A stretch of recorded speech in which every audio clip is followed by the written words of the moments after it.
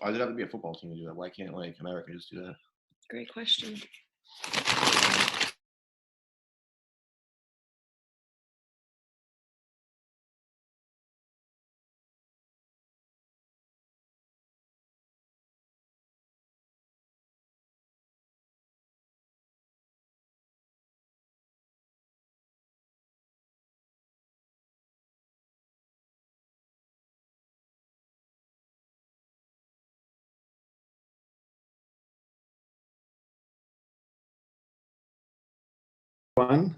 Good morning, or good afternoon, or good evening, or good middle of the night, depending on where you are in the world. My name is Ben Pine. I'm with the Skoll Foundation, and I see people trickling in here into our very first virtual Skoll World Forum. So on behalf of the foundation, I'd love to welcome you to this week-long event, as well as this particular session, COVID-19 in low to middle income countries, emergent government and frontline health worker needs.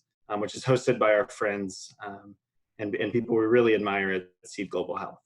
As many of you likely know, the Skoll World Forum generally takes place in person in Oxford every year and brings together more than 1,200 leaders of social change for a week of learning and networking. And this year we were of course forced to cancel that due to the coronavirus, but with the silver lining of seeing an amazing community come together to build the first virtual open source an inclusive Skoll World Forum.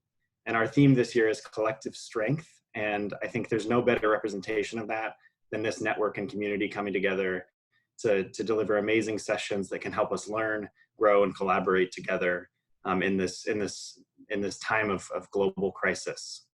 So please feel free to use the hashtag #SkollGoesVirtual this week during this session. And as you see other sessions this week, and just want to give a huge shout out to our panelists and our hosts at Seed Global Health for putting this on.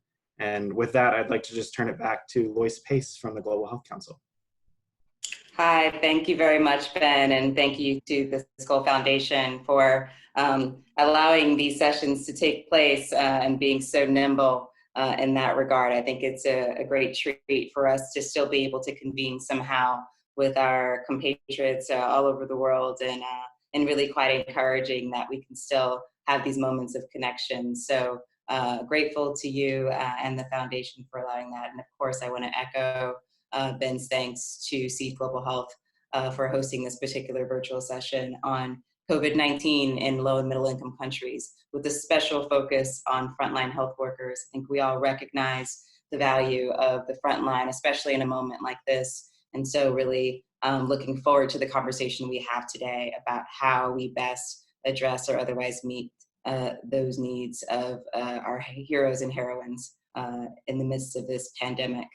As Ben mentioned, I am Lois Pace. I'm the president and executive director of the Global Health Council. We're an advocacy organization made up of a number of different actors in the global health space. We're based in Washington, D.C., and we are on the front lines ourselves when it comes to the policy agenda, but have a complete and utter admiration for those people on the program and service side when it comes to COVID-19. So again, thanks to everyone for the work that you're doing. I hope that everyone is staying safe and remembering to take care of themselves amidst this crisis. I think we do so much to care for others, and in particular those who are joining us today, that we need to also be sure and care for ourselves. So that's my introductory message to you to start. I think some other remarks I have, or reflections I have on this moment, include a few different things. One is that when I think about global health at this time, there's sort of this unprecedented attention. Certainly it's somewhat unwelcome. I think that we in the global health and development space also often talk about and even lament that our issues aren't necessarily headline news, and yet no one would want it to happen in this way. So there's a question of what we do in this moment and how we really use this moment to lean into what it is we are seeking and hoping to achieve when it comes to global health and development worldwide. So hopefully this conversation will help us in that regard. After all, if we are in the middle of the crisis and don't have some form of reflection or lesson, then it's even more of a tragedy, I would argue. There's another piece to this pandemic that has come to mind for me, and that's just been around the policy response and the global policy response, the needs that we're seeing across a spectrum of issues. And it's really quite fascinating to see everyone from World Health Organization respond, of course, to the very real public health need or threat, and a government like the US or other countries around the world really understanding or witnessing the economic fallout and really having a response in that regard. I think if one thing is true, it's that whatever response we have, particularly at the policy level, really needs to be holistic and consider all of those factors. It's not just a public health crisis, arguably. It's also an economic crisis. It's a crisis across the social spectrum, and so that how we respond as policymakers and practitioners needs to be inclusive of that reality. I think I'd be remiss though if I didn't call out many of the policies, the strategies that have actually been put into place in advance of this moment. And we can definitely have a discussion about how well those have been implemented or executed. But you have something like the Global Health Security Agenda, around which a number of countries have rallied to help truly prepare or ready across services, surveillance, and other systems when it comes to epidemics or outbreaks in particular. But beyond that, we also have had recent discussions around access to care, affordability of care, either through the universal health coverage framework or even through just primary health care, really reminding our governments that that's essential, particularly if we are seeing or viewing health as a human right. And so recognizing that those policies are still also very relevant in this moment is going to be critically important for all of us. And then finally, we have the 2030 agenda and the SDGs, and coming back to the sort of interdependence of all of these issues across the development spectrum. I think this is a time when we can really see how it's not just about health, but about people and wholeness, and again, their collective needs. So with that, I think I, again, will say how much I'm looking forward to having this conversation about addressing the needs of people, particularly on the front lines, and especially in low and middle income countries. But arguably, this isn't just about low resource settings either, or low and middle income countries in particular. I think that if we've learned nothing else in the past few weeks, is that we are all in this together, and we're seeing some of the same problems play out in the US where I sit today, and in other parts of the world. And so hopefully we can actually make those connections throughout our conversation as well. As been mentioned, I too am happy to be joined by a really great panel here today. And I will go ahead and introduce them before they offer their remarks. But I will say for the audience who's joining us that we will save time for Q&A at the end, and the way that you can submit those questions is through a box at the bottom of your screen, a Q&A box. And so as the speakers are giving their presentations or thereafter, feel free to populate that box with your questions, and we'll be keeping track of those for the end. The first up, we'll have Dr. Vanessa Carey speak, who is the CEO of Seed Global Health, our host here today. She's also a physician at Mass General Hospital and has been on the front lines of this and other major issues herself. She's also a mom of two, so I know that she can appreciate the joys and challenges of juggling all of that in real time. But very happy to have Vanessa Carey with us today. We also have Dr. Arthur Quizetta, who's based in Kampala, Uganda. He's at Makerere University there. He's a respiratory physician there, but is also pursuing his doctorate in this area. And so really looking forward to hearing how he is addressing this issue in that setting in particular. And then finally, we have Dr. Harry Chen, who has worn a number of hats, including having spent time in Uganda at Must University, setting up their emergency program there, given his background as an emergency physician, but also is very much involved in the hospital surge in the state of Vermont, where he served as health commissioner previously. So also addressing COVID in his own right here in the U.S., but is absolutely familiar with the global context. And so again, grateful to have each of these speakers here with us today. With that, I'll turn things over to Vanessa. Dr. Carey. Thank you, Lois. I'm incredibly appreciative of having you join us today. It means a great deal. And all our panelists, actually. And I want to take a moment to really just introduce, I think, the stage of what we're dealing with, going sort of spanning everywhere from global down to a very micro healthcare delivery in the face of COVID. And really, I take that approach because that's the approach that Seed Global Health has taken. We have always believed that as much as you're implementing on the ground, you have to be engaged as well in the policy and the bigger context. Otherwise, those key pieces that you are fighting to put in place won't stick. And so unless we bring those two processes together and we use evidence-based to inform our policies and we create policies that support the good work that we are implementing, without that marriage, we're not going to have the kind of resiliency and durability of the health systems that we seek. We very much believe that health is integrated into everything we do or strive to do. It is just a fundamental bottom line. And that, in a way, this moment with COVID has really underscored our shared vulnerability. It's the first time in generations and in many ways in a long time in history that every single human being has a risk of not only getting infected, but of potentially doing poorly. And that vulnerability is real for everybody, but there's deep inequity in how that vulnerability will play out in terms of the resources, the access, and the long, sad narrative of COVID is certainly going to be the inequities in the world, be it economic, be it gender, whatever it is, you're going to see the impact more fully felt in those populations that don't necessarily have access to a full set of resources. The fundamental thing is that health is security. It's our global security, it's our national security, it's our community security, and it's our individual security. If you think about COVID, it started in late December 2019 in Wuhan, China, primarily, in what we think is just a market, a single market that became a source of transmission that COVID now has spanned the globe, impacted multiple populations, completely shut down the modern economy as we know it, has challenged our way of existing and really fundamentally had an impact across the board in a way that's really extraordinary, both the speed with which it's happened and how profoundly this impact is.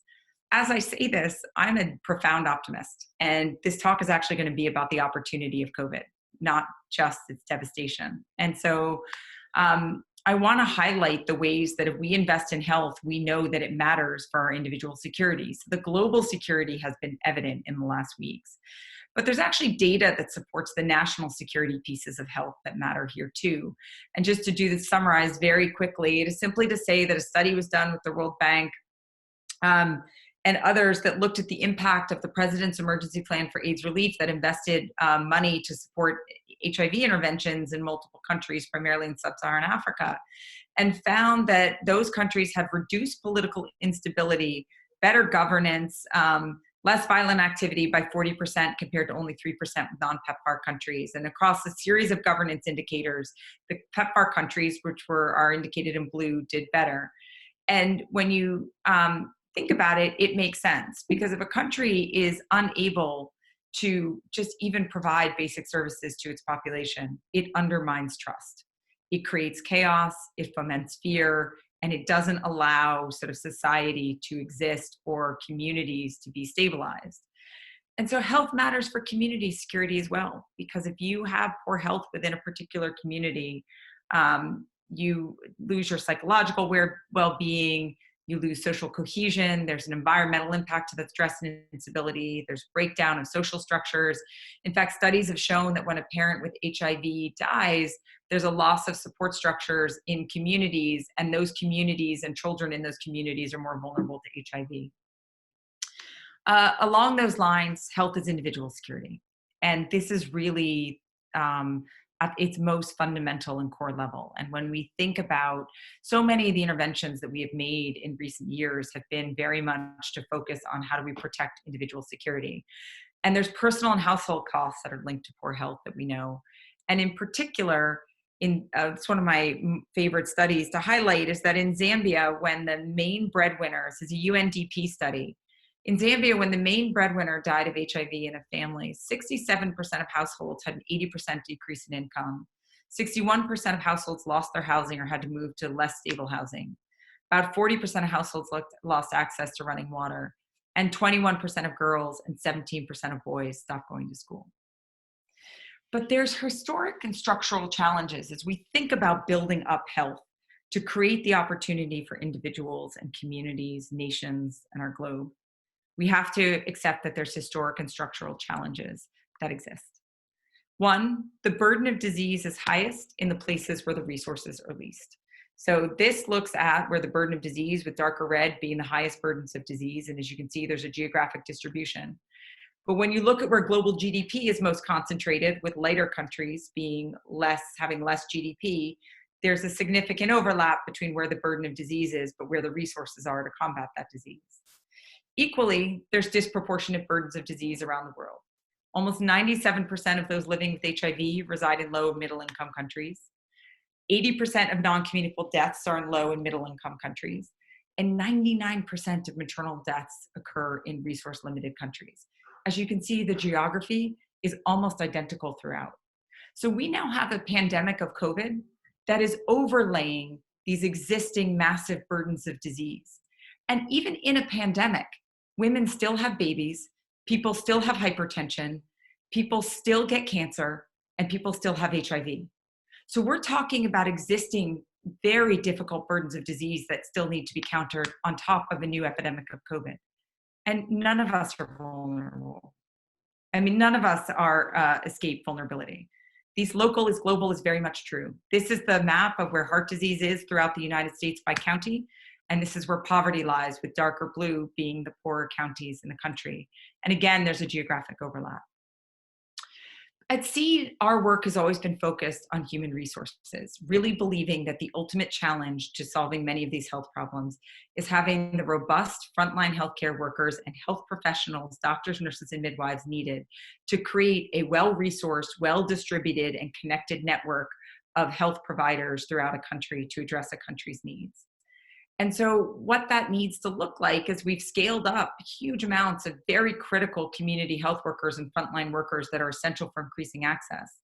We need to ensure, though, that we're providing the full network to support those frontline workers and to have a referral base. And COVID highlights that almost, deeply, as we see up to 15 to 20% of patients will require higher levels of care, respiratory distress. And in a country like Uganda, that's 45 million, you're talking about 8 million people to 16 million people that are going to need critical or higher levels of care to be able to get through this pandemic. The problem is there's a lack of training programs in many of these, in many countries. Training takes time. And it's been part of the reason that I think people have always shied away from making this long-term investment to ensure that we're training the right distribution in the right way. And there's obviously been brain drain as well, where many of those that do get trained end up leaving for other job opportunities or places to work. This is just a nice pictorial of what it looks like when you don't have enough nurses in a part of the world. This is worldmapper.com. This is what it looks like for physicians and the distribution of physicians around the world. And why does it matter? We learned this lesson in 2014, but I'm not sure we did enough to actually remedy it. Ebola happened to the scope and scale that it happened in part because there were not enough health professionals and health workers to identify the problem, sound the alarm, and mount the response. And what you got with 26,000 people infected and 11,000 dead that impacted multiple countries, 3 continents, was a $53 billion downturn, and what should have been a series of lessons learned that West Africa and other parts of Africa learned, but many other parts of the world didn't. The problem is we have a fundamental leadership gap that exists around the world as well. where the people who are engaged on the front lines and are empowered to be able to study the questions and solve some of these problems, and empowered is the key word here, they're in the wrong place. So a colleague of mine typed in the word HIV and found that 48% of people studying HIV were based in North America, 27% were in Europe, and only 13%, where about 75% of the global burden of HIV came from Southern Africa. So we have an imbalance of people trying to solve the problems who understand the context and the experience. We also have a growing specialty gap. This is the top 10 causes of death, according to the WHO and the Institute of Health Metrics out of Seattle. And while there's still a huge burden of infectious disease, ischemic heart disease, stroke, pulmonary disease are all on the rise in many of these countries, and we need to be preparing a healthcare workforce to be able to address those burdens. COVID highlights this.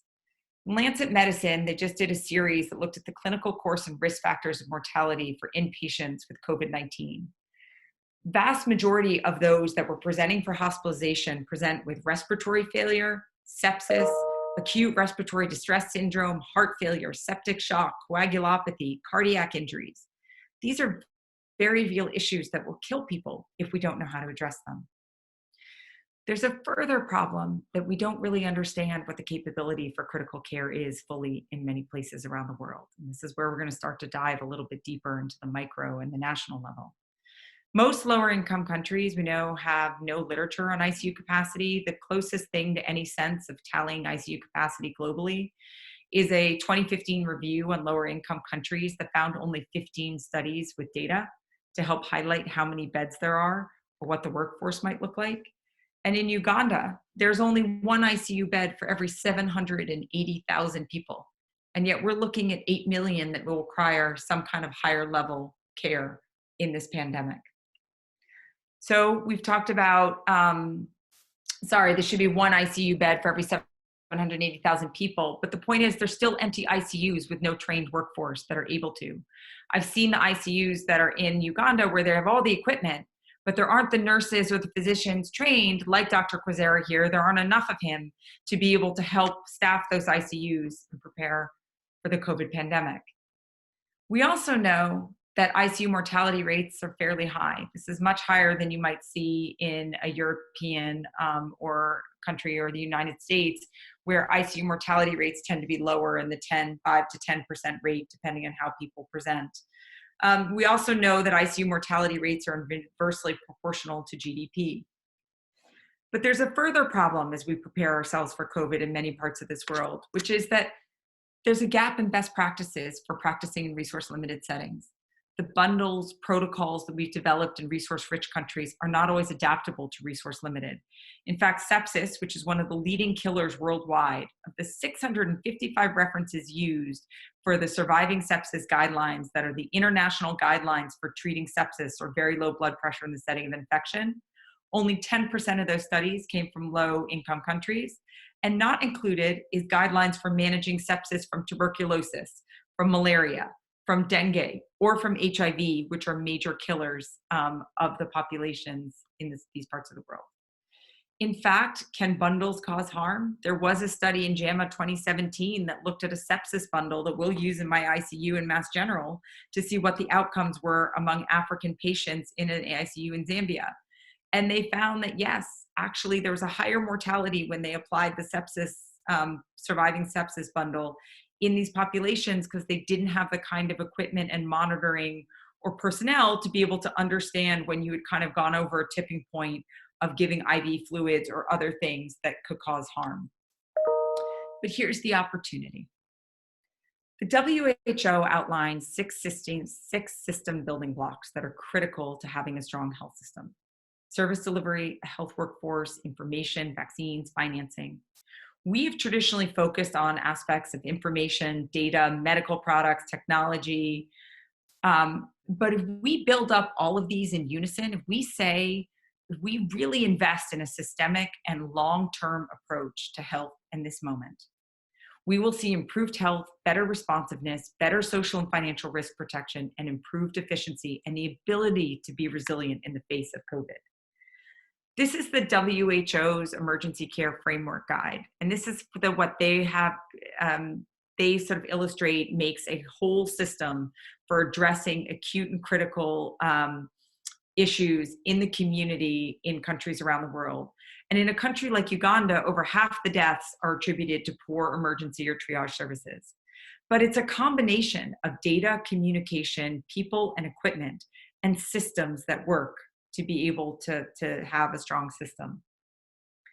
So as we look at COVID, I want to really encourage people to not just think about a targeted response. There's a lot of lessons learned that we can take from previous pandemics, some that took place over time, like HIV. We were extraordinary in our response to HIV. We did a great job getting people scaled onto treatment, making that treatment accessible in an equitable way to parts of the world that needed it most.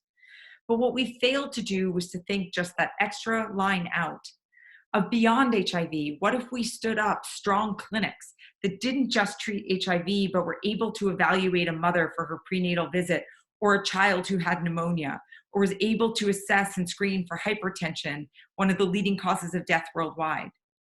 If we're smart in our pandemic and COVID responsiveness and the money that we're going to put forth and effort and time and extraordinary community that we should be putting together to COVID, and we're successful, we won't just target COVID, but we'll target the systems and referral networks and distribution that we need to be long-lasting even past COVID. So to give an example, the referral networks we might use to identify and trace cases of COVID in far reaches of communities in the most rural places of the world or among urban centers in Detroit. We create networks of people to identify cases, to test, to quarantine, and to trace contacts. As we build that network and we refer people into community centers and then into tertiary care centers as needed, that network and system of communication, referral, and care is the same network, referral, and communication system needed for primary care and for delivery of fundamental services in all of these countries and places. So we have an ability to build these long-term resilient systems at the same time that we do COVID. We also have an ability to redefine protocols that can be helpful for us and applicable to low resource settings and help us overcome some of the technical challenges. I will say that the ability to use, for example, ultrasound to assess for ARDS is going to be helpful in my ICU in Mass General when I start working there next week for a week, because we don't want to bring our patients down to a CT scanner and risk contaminating the whole hospital. So we can do an in situ evaluation the way we do in Kigali or in Kampala or in Mangochi in the rural parts of Malawi. We can learn a lot, and there's cross communication. Equally, we can move to develop bundles in this moment that can be applicable for post-COVID.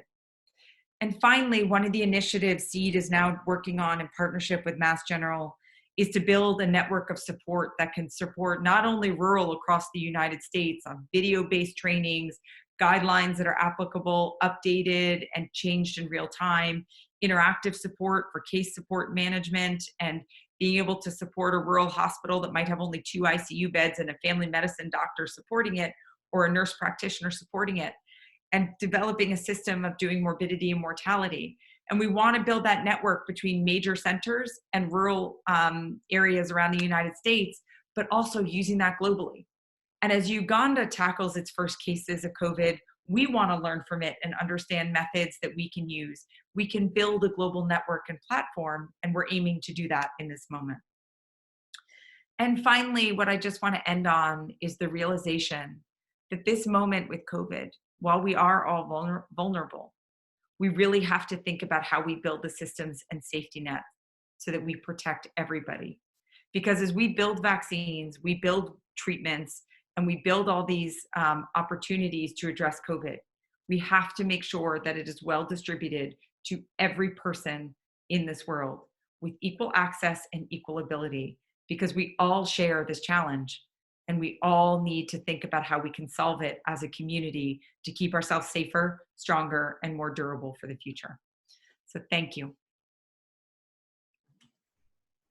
Thanks very much, Vanessa, for that introductory presentation. I think it was very helpful for you to walk us through your reflections on the ecosystem in which this pandemic is unfolding, and sort of the implications and opportunities of all of those connections. Again, if people have joined during Dr. Carey's presentation, we've made an announcement about Q&A, and that those questions are being gathered using your Q&A box at the bottom of your screen. So if you'd like to go ahead and submit those using that would be most welcome. For now, we will turn to Dr. Arthur Kwizera, who is based in Uganda, to give us his perspective on COVID in LMICs, and in particular implications for frontline health workers. Thank you, Arthur. Thank you very much. Can you hear me? All right. Thank you for inviting me to share from my part of the world and the food, as well as great weather. So when I was asked to share with your experiences, I want to say, first start by saying that, thoughts and prayers to everybody who is affected by COVID around the world. We are seeing some really scary statistics coming out, and of course, we guys in low middle income countries, we're not really prepared for even a tenth of what's happening around the world. So as you can see, the African map, we have a joke that's going around Africa saying that, God doesn't give you all the problems, because, we have everything else, HIV, malaria, TB, and our COVID, the burden hasn't yet showed up, and we have many theories as to why, but we really want to make sure we keep it that way. Having said that, we've tried to prepare ourselves. I'm an intensivist in Kampala at the Mulago Hospital, and like Lois said, my area is really acute respiratory failure, mostly due to infections, and also ARDS. We've done some work around the ARDS. We have some manuscripts that are under review. We tried, actually, like Vanessa suggested, we tried to actually modify and move away from the Berlin definition because it was becoming impossible to make a diagnosis of ARDS if you don't have blood gases, if you don't have mechanical ventilation, and yet ARDS is a man-made syndrome. I'd like to share.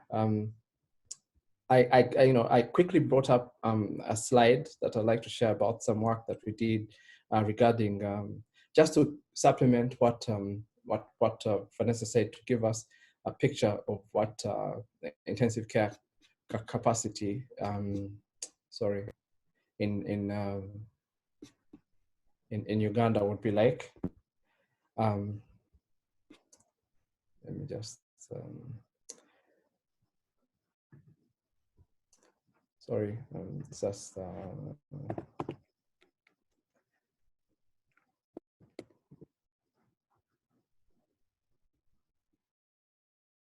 We've done a series of studies, and we've done repetitive studies in our setting, looking at the state of intensive care in Uganda. And if I can just open this up and just very, very, very briefly share.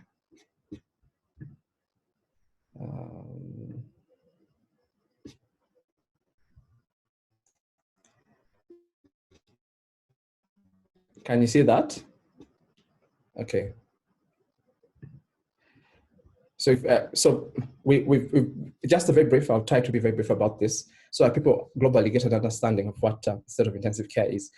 This is an old presentation I made at another meeting, but it's still relatively pertinent to what the discussion is, especially surrounding COVID. So we have built our first ICU in the early to mid-90s at the Mulago National Referral Hospital, and it was renovation of an old ICU. It was donation by the Japanese government, and then we had a Japanese trained nursing lead. We had a British anesthetist who's since retired, and it was initially a 12-bed ICU. So over the years later, Lacho Hospital is in the north of the country. is a missionary hospital that was largely helped and built by Italian Catholic missionaries. And then the private hospital in 2007, all anesthesia-driven intensive care. One of the challenges in Africa is that the anesthetists or anesthesiologists are key personnel running ICUs. We don't have very well developed internist or like pulmonary critical care programs in these countries, in many African countries. And so as a result, if you have very few anesthesia providers, then your ability from a human resource perspective to run an ICU it becomes very difficult. The other challenge obviously is nursing, and good quality intensive care, probably 90% is around the nursing. So in 2007, we had about just 11 anesthesiologists for 30 million people then, and we had one ICU trained nurse. So the first report was in 2007 from our colleague Rayto, a British anesthetist who was building the ICU at Lachor Regional Referral Hospital. And as you can see in the diagram, in this picture, sorry, this is a Glosser vent machine that could be used for anesthesia and connected to an oxygen concentrator. So it basically ventilated this patient who was actually a post-op surgical patient. Then this is one of the studies that Vanessa has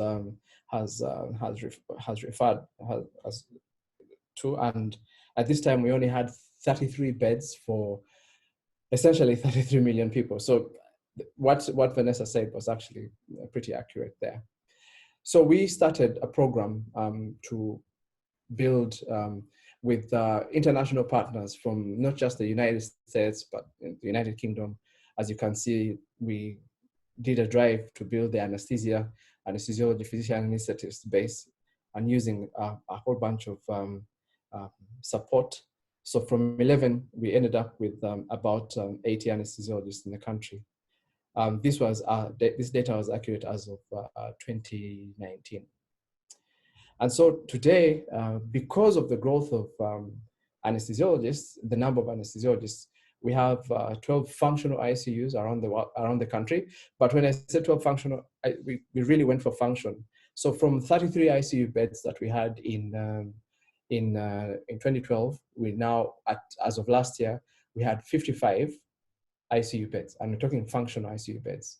The new Mulago Hospital, and Harry will also talk about Mbarara, there has been some really decent work by the government this time through, obviously, continuous engagement and advocacy and training of more anesthesiologists to increase our ICU capacity.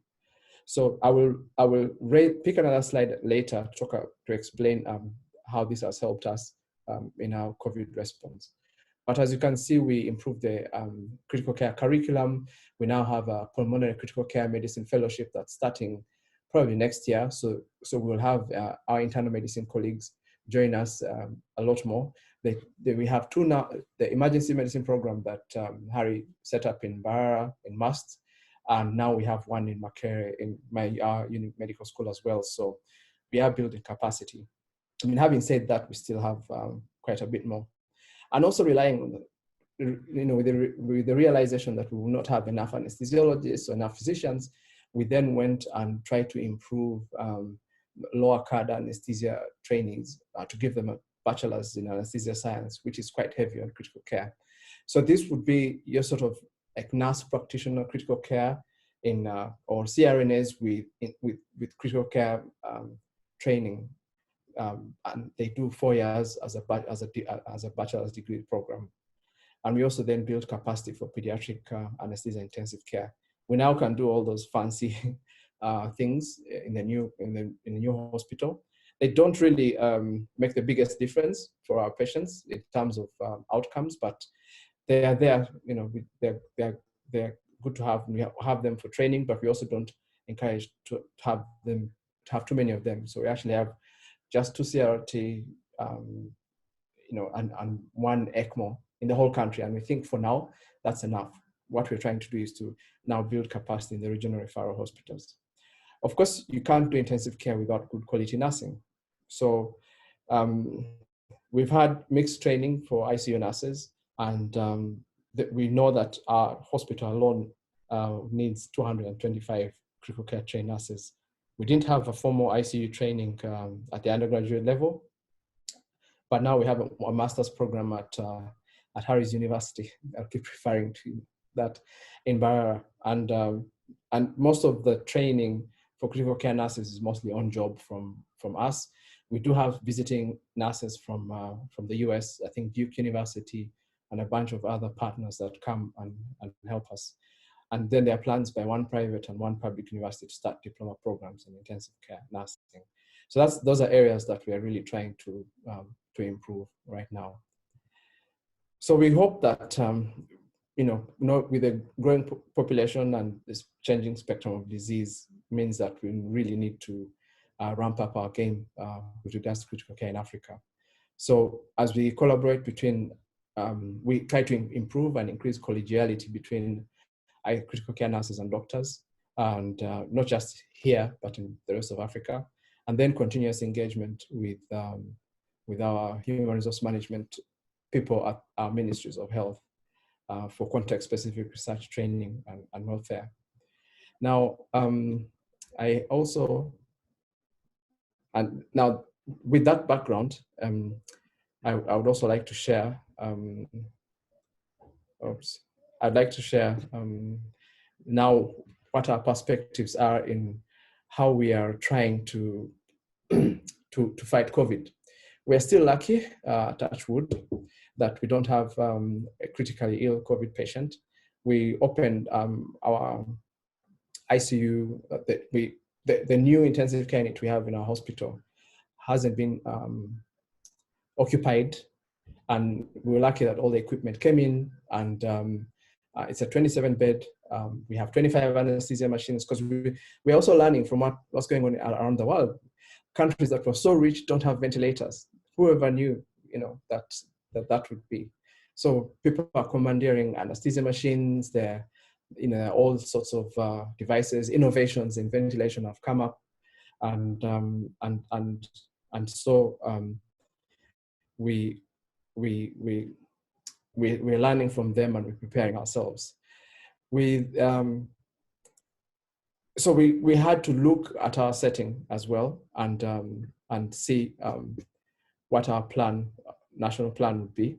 I quickly tried to put together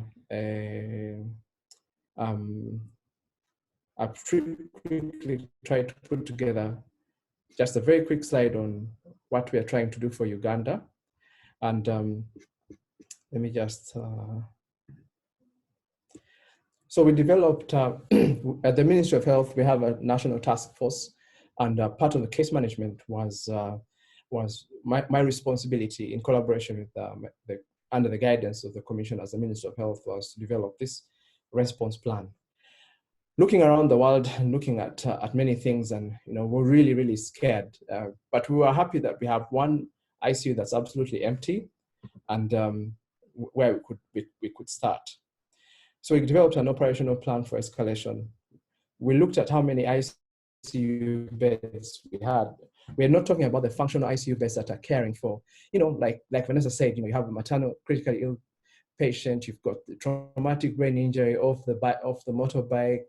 So we realized we have to continue care for our daily patients, and dedicate the facility at Mulago Hospital to strictly COVID care, and then escalate and see as it were. So when I said there are 60 ICU beds available, it means that we are able to ventilate. Right now, we have 0 COVID critical care patients, but we'll be able to ventilate 60 patients right now. So the plan was to mobilize anesthesiologists and other physicians from the association. We discovered that there were 60 available who would be ready to come and participate in the plan. And of course, we had the WHO tool on acute hypoxic respiratory failure management. I'm privileged to sit on the WHO panel for respiratory and COVID, the task force in Geneva, so representing low middle income countries. So I contributed to the treatment guidelines. And it was very helpful to have a perspective from low middle income countries like some of the things Vanessa alluded to, like the fluid study in Zambia, the FIST trial in kids. There are some protocols, there are some things that are not applicable to our setting because of our context. And then to mobilize our critical care nurses, and we agreed that there's no space in private, in private or private not-for-profit, or they call it the women's hospital. So basically, we're talking about ongoing ICU care. So the idea was to have 2 anesthesiologists. So we also have emergency medicine residents that would become part of this task force. And the in-plan, we would, if we were to escalate care from the regional referral hospital to our main ICU in Mulago, we would have 1 or 2 escort an intubated ventilated patient in a negative pressure ambulance, and then would have 20 to support at the COVID ICU facility. So of course, the scary bit, we anticipated a load of 70 to 100 ICU COVID patients per month within the country, but we're hoping we never get anywhere near that. We submitted an emergency request for resources from, personal protective equipment to, all the consumables required for care of the patient, including lung ultrasound, from the Butterfly IQ, and the ministry is actually working on that. And then of course, we keep scoring that, what the world is saying about the data. We're in the process of developing ICU treatment triage protocols, and very specific to the fact that, and it will be very resource dependent, meaning that if you're 60 years old and above, we'll not admit you. If you have comorbidities, we'll not admit you. So they're quite strict, but the idea is to save those that we know we can actually save. This is our sort of pathway, a referral pathway for our country. So the regional referral hospitals, many of them do not have intensive care units. And what we did was that as we submitted requests to scale up the regional referral hospitals to have ICUs, we still had a plan. We kept this plan, and the idea is that when a patient came in, because COVID, most of them present with acute hypoxemic respiratory failure, we would start you on oxygen with non-rebreather mask, and then if that doesn't work, we'll do high flow. There is obviously some controversy about the use of high flow, but we made sure that the room and personal protection in those places would be optimal to minimize the effects of aerosolization should you have high flow. So let's say if your hospital if a patient fails on high flow and there's no anesthesiologist, then we would be referred to our National Referral Center, either for consideration for review of the high flow or ventilation. We'll discuss ventilation and ICU criteria care. And obviously either survive, or if you get extubated, we'll put you back on high flow or non-rebreather mask back to the ward, and then follow up by the surveillance team from the Ministry of Health. If on the other hand, you did well, you did not need to be intubated and ventilated, we'll bring you down to non-rebreather, discharge you, and follow up by the surveillance team. So a lot of the treatment guidelines we adopted from, this is just, we gave a list of contact people for this, and then our reference was the WHO guidelines, as well as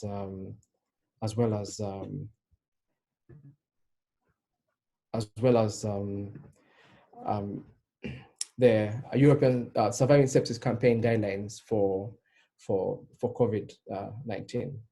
So yeah, in effect, that's how we prepared. We also encourage hospitals to come up with their local context-based guidelines. For example, Bara, I know, has the other regional referrals. Some of the places that have very good leadership, like MAST for Harwich and the other hospitals, have that. So those are, in very few words, that's been our experience. We have 44 patients as of today, and they're all stable. So I do know that as the numbers rise, then the critical illness start to come in. So we're hoping that we'll be ready for them. Thank you very much. Thank you, Dr. Cruzetta. And of course, we are wishing you well as hopefully hopefully the numbers and the people who are being treated now remain stable.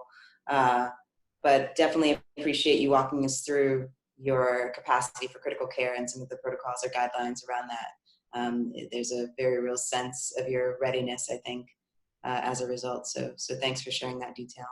Our final speaker will be Dr. Harry Chen, whom I introduced earlier, and who will offer his perspective probably from a number of vantage points from his time abroad, but also given the work that he's doing here in the States to respond to the COVID pandemic here. So, Harry, you will be our final speaker before I turn to questions. Thank you. Great, thank you. So I want to, here, let me just,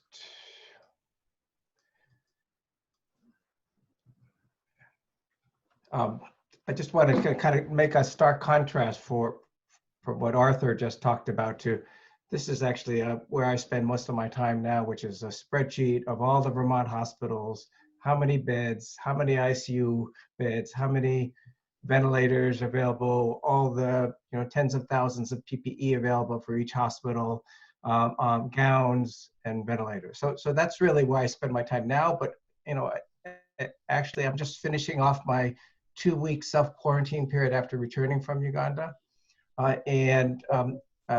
Just as I was leaving, we were starting to do planning for COVID. And I had to say it was really remarkable to watch what was happening throughout the rest of the world while I was over in Uganda, and then trying to start to respond to that in terms of what they were doing at the Emergent Regional Referral Hospital in Musk. So this is, so I'm going to present kind of a granular view of what we decided and where we ended up in terms of the physician leadership at the hospital.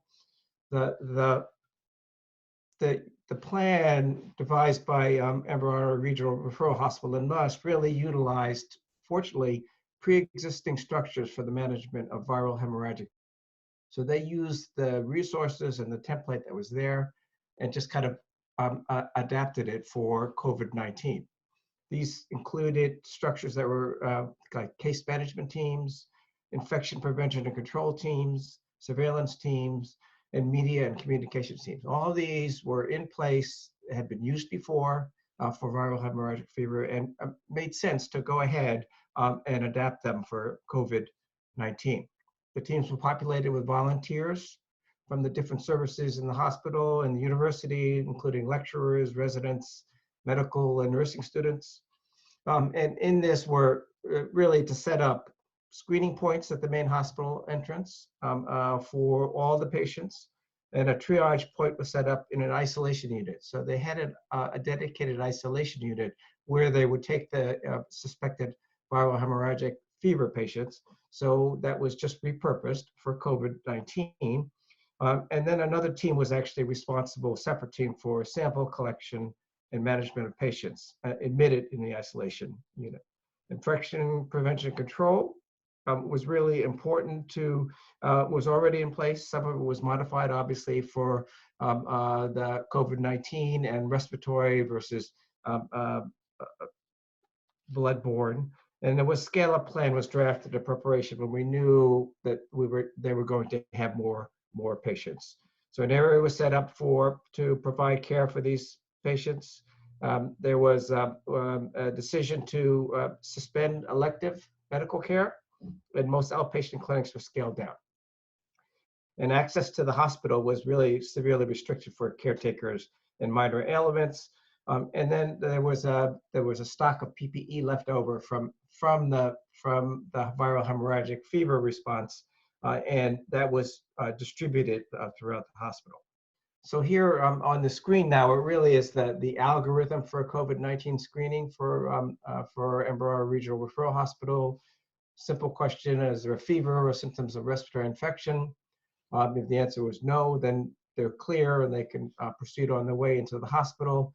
If the answer was yes, the patient was either, if it was sick requiring hospitalization, they were provided the face mask and the triage area and referred them for isolation area for throat swab, triage, and admission. If the answer was not, the patient was not that sick and they they really went through, did they have these criteria of travel outside of Uganda, a history of contact with someone who returned from outside of Uganda, contact with a laboratory confirmed COVID-19 patient, or contact with a health worker that had contact with a laboratory confirmed patient. So the answer was yes. Again, these patients were provided face masks and referred again to the isolation area where all of the COVID patients were, or suspected COVID patients were cohorted. As I mentioned in the previous slide, the work group had to come up with clinical case definitions, pretty typical: fever, cough, runny nose, respiratory infection, and then add to that epidemiologic risk. Because at least when devising this, the number of cases in Uganda were small, and they continued to be small, and the vast majority of the cases were identified that from coming from outside. And so Uganda made very strong measures in terms of closing down the airport.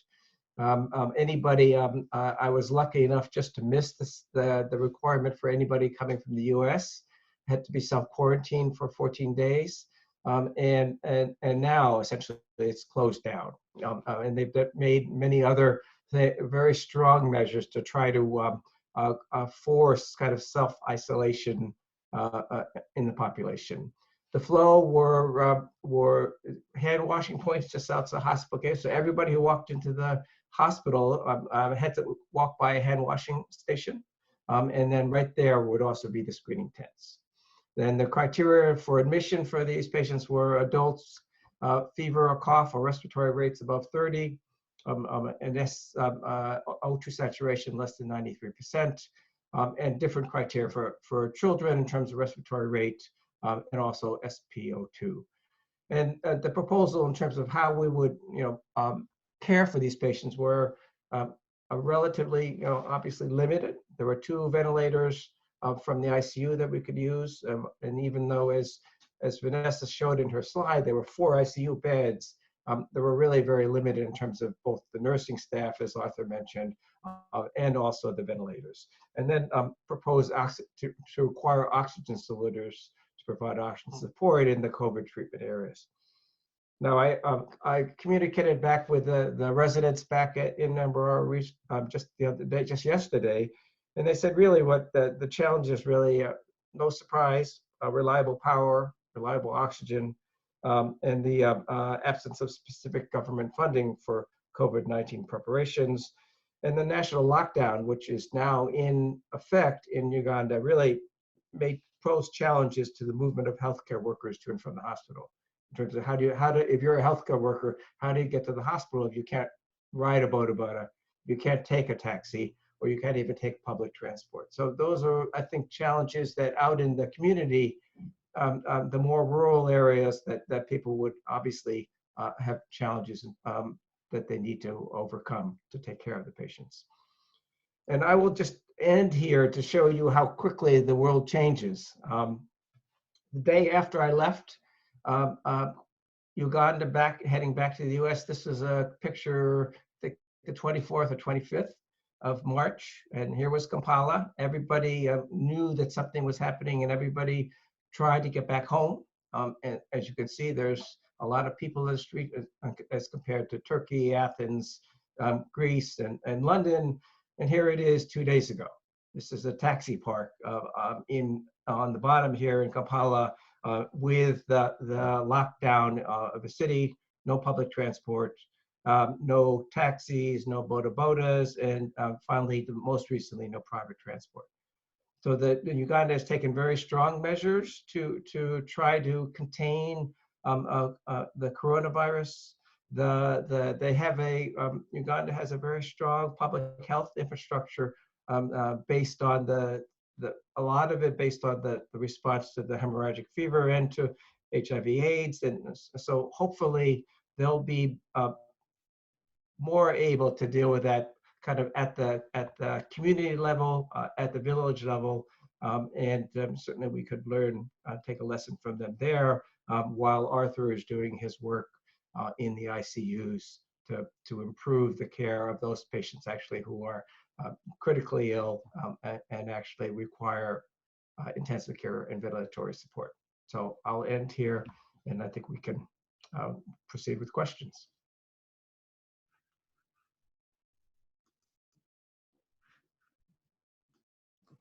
Great, thank you very much, Dr. Chen, and really to everyone for your presentations. I want to extend my apologies to the attendees. I think we wanted to ensure that we had a number of rich presentations and remarks before turning to you as our audience for Q&A, but we also recognize that we are now at the top of the hour, and so what I will try to do is consolidate the questions that we have received, and also our panelists have been steadily responding to those questions online so that hopefully everyone can see those responses. But one question just on the capacity of the workforce and or a series of questions around that. And so there were just some questions around the technology available for both things like contact tracing, but also for training, given that workers or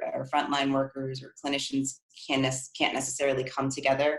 So I was hoping that maybe Arthur or Harry could speak to that as a question. Relatedly, there was also a question about how clinicians are coordinating across the region, so from district to regional hospitals, for example, and how that's working or how it isn't working. So perhaps I can work backwards and turn to Dr. Chen first and then come back to Dr. Quezada, if that's okay. Sure, I could certainly say that based on I had to say, you know, WhatsApp is the wonderful social media in Uganda, and I'm on a emergency care WhatsApp chat group, and there's a lot going on in terms of education. There are webinars. It seems like every time the Ministry of Health puts out guidelines, it gets on that WhatsApp page. And there are certainly opportunities for webinars understanding the challenges of internet and data in a place like Uganda. So I think the education is out there.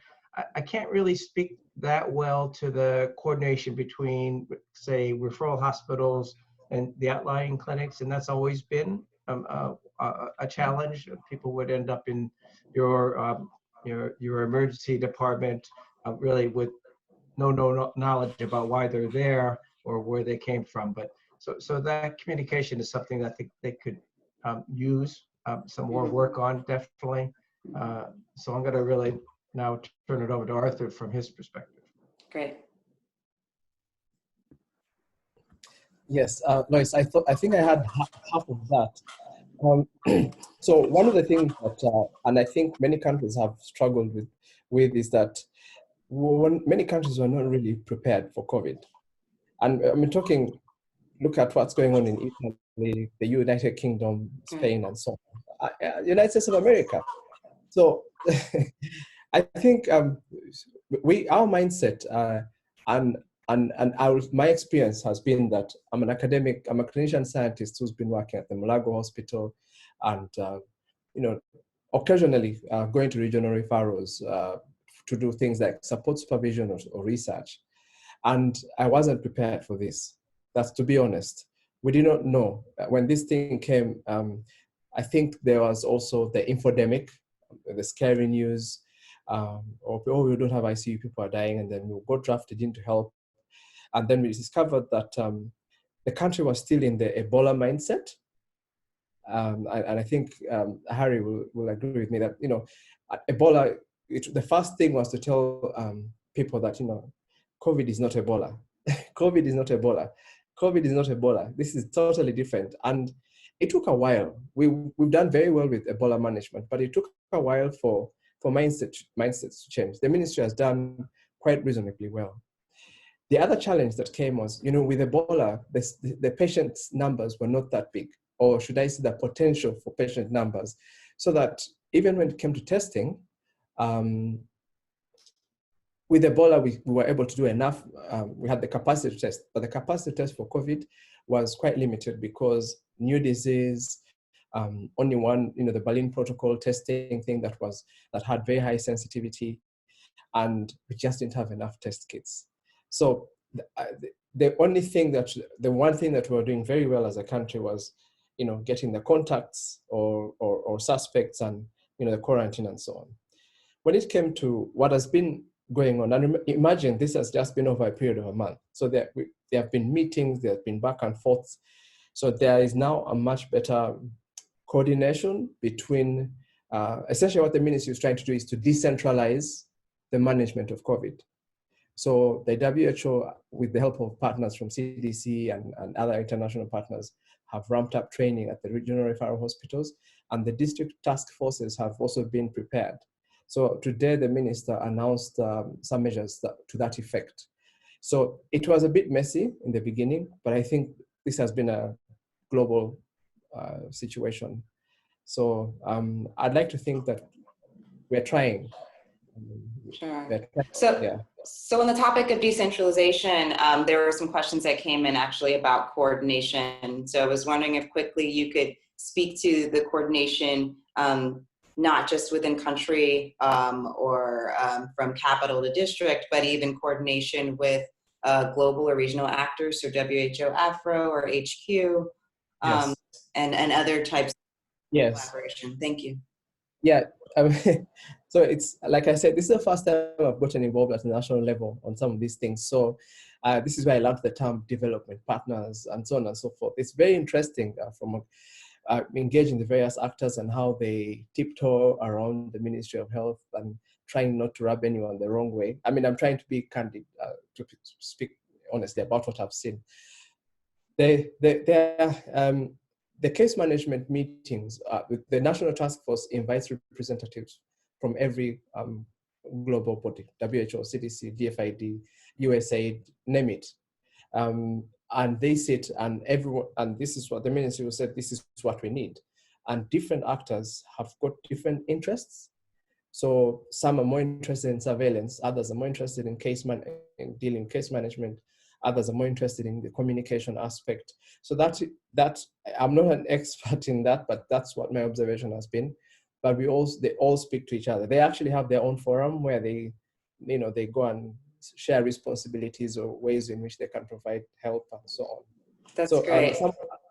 Someone asked if we felt supported. I think, yeah.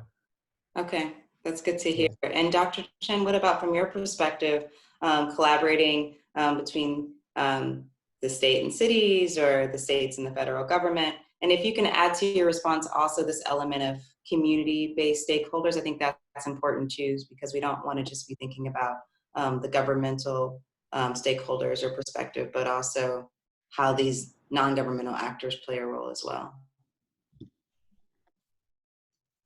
Well, in answer to the question, I think that there is a good collaboration between the regional referral hospital and the national referral hospital and the Ministry of Health. So there's a lot of back and forth there. There's a lot of education, both that comes to them and that the regional hospitals are responsible for within the community.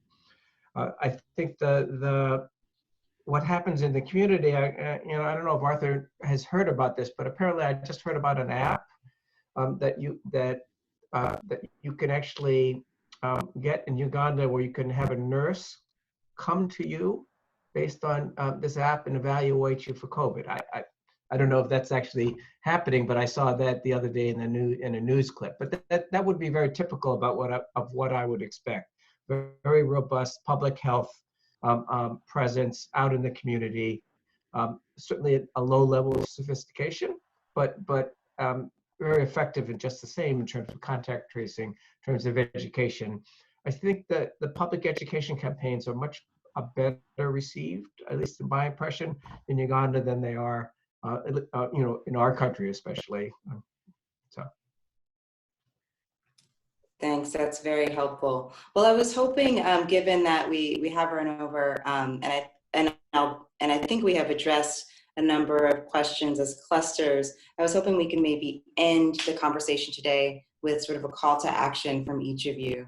Again, you offered some rays of hope I would argue, in your presentation, so I can appreciate that framing, especially at such a tough time. But is there a sort of an outstanding need that you envision for the response as it relates to low and middle income countries and to frontline health workers? We can start with Harry and work our way back to Vanessa.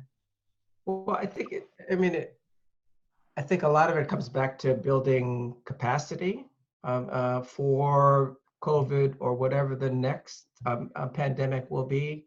And part of building capacity is sorry. Part of that is having faculty to teaching new faculty. So creating, thinking long-term, building capacity. I think also kind of on a shorter version is protecting people. I mean, if nothing else, you have to protect your healthcare workers, because in the end, these are the people that are going to need to sustain any effort for fighting a pandemic like COVID. Thank you. Arthur.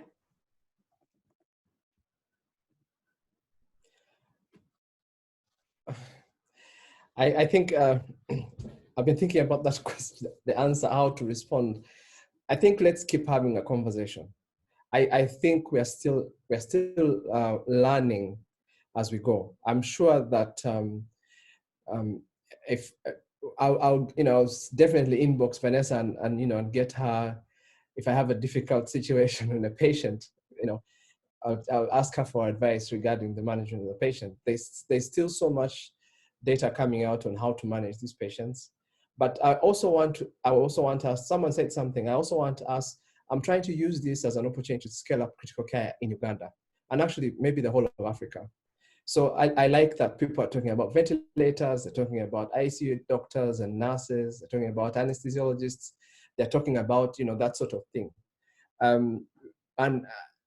Already in Uganda, it's very possible, but that, by the end of this year, we'll probably have may triple or quadruple our ICU capacity, just because of this. So I'll just say let's think even beyond. I think Corona is here to stay with us, and I think we'll beat it. We'll figure it out until the next one. But let's just work on strengthening systems and being innovative and staying safe. Thanks very much, Arthur. Finally, Vanessa, what's your call to action for everyone today?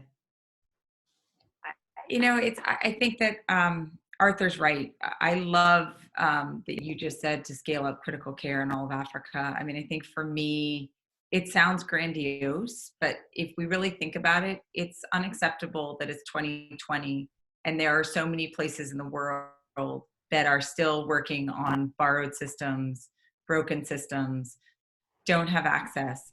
The technology exists, the creativity exists. It's really a lack of our collective political will in some ways. And that's not an accusation to anybody on this phone who's taken the time to be a part of it, right? It's really more the question of how can we take this opportunity to do it differently and really help close that gap? Because the silver lining, as bittersweet and as horrific as it is that COVID has shown us that we're all susceptible and that health is critically important to everything we want to do. And so we embrace that and we lean into it. I really believe that we can be transformative, and it involves working with governments, empowering those governments to have the agency and the coordination that is needed to be able to set the priorities for their country and be supported in it.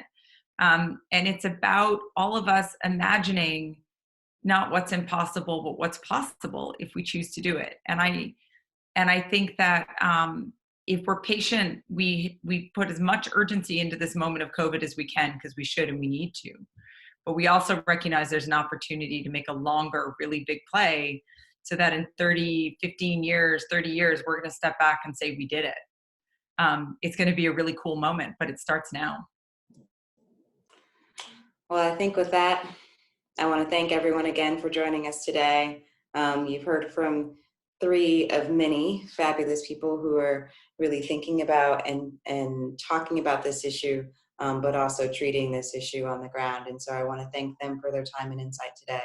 And with apologies for keeping you a bit over, I hope you feel it was worth the extra time to engage on this topic with us today. I'm sure that Seed will be in touch with additional tidbits or other answers to your questions.